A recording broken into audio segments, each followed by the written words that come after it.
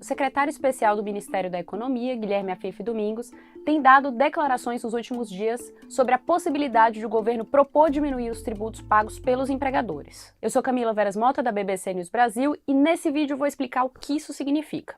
Bom, vamos por partes. A desoneração da folha de pagamento seria a terceira e última etapa da proposta de reforma tributária que a equipe do ministro Paulo Guedes vem desenvolvendo. Até o momento, nós conhecemos os detalhes da primeira fase da proposta do governo, que foi apresentada ao Congresso no último dia 21 de julho. Ela trata da substituição do PIS/COFINS, dois tributos federais, por um só, a Contribuição sobre Bens e Serviços, o CBS. Bom, mas vamos voltar à contribuição patronal sobre folha. O que é isso? Os empregadores pagam hoje uma série de tributos sobre a remuneração dos funcionários. Via de regra, 20% de contribuição previdenciária e 8% do FGTS, além de contribuições como salário educação, que é usado em projetos na educação pública, ou aqueles que financiam o Sistema S, SESI, SESC, etc. É bastante coisa. As empresas pagam algo entre 30% e 40% da folha de pagamentos em contribuições. Isso é um custo para as empresas além dos salários, claro.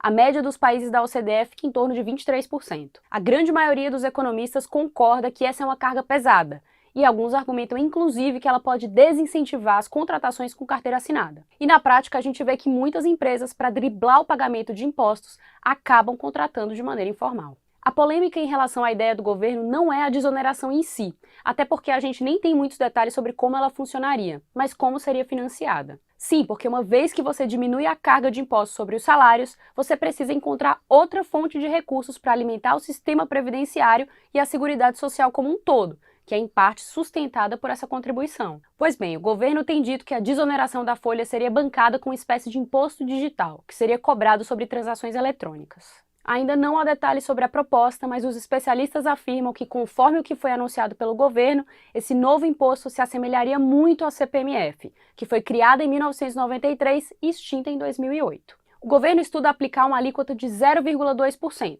que poderia incidir, por exemplo, quando você paga um boleto pelo internet banking ou faz uma transferência bancária. Um tributo como esse, que incide sobre transações financeiras, é criticado pela maioria dos economistas porque tende a gerar uma série de distorções. Um deles, por exemplo, é o incentivo à monetização. Ele cria um incentivo para que as pessoas saquem da conta corrente e andem com dinheiro no bolso, digamos assim. Esse efeito, como explica o economista do Instituto Fiscal Independente Josué Pellegrini, teria ainda impacto negativo sobre a produtividade da economia como um todo, já que a bancarização diminui os custos de transação. E ainda representaria uma quebra de um princípio importante, o da neutralidade tributária.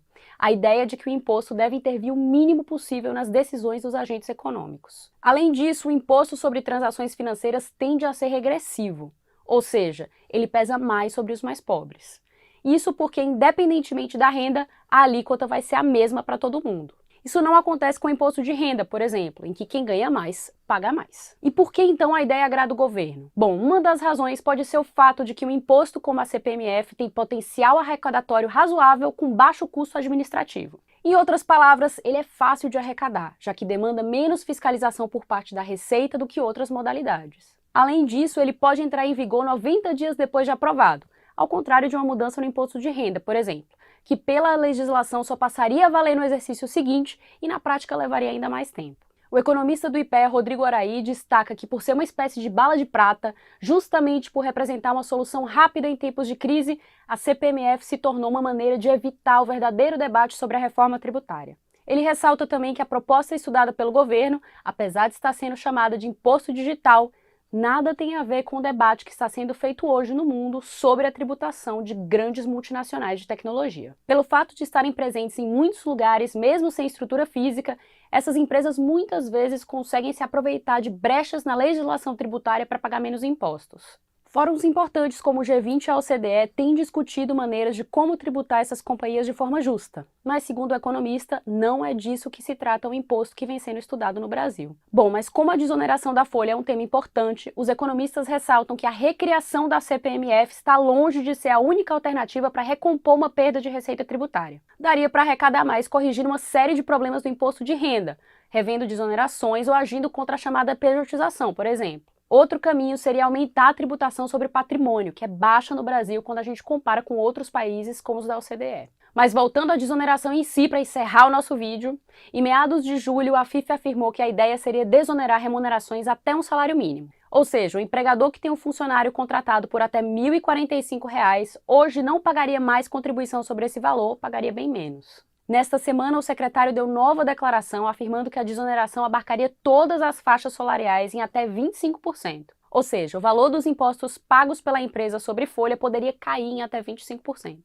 A promessa de Afif é que a proposta seja apresentada em agosto. Esse tema pode ser muito técnico e muito complexo, mas no fim do dia ele afeta o bolso de todo mundo. E por isso a gente continua acompanhando ele por aqui. Muito obrigada e até a próxima!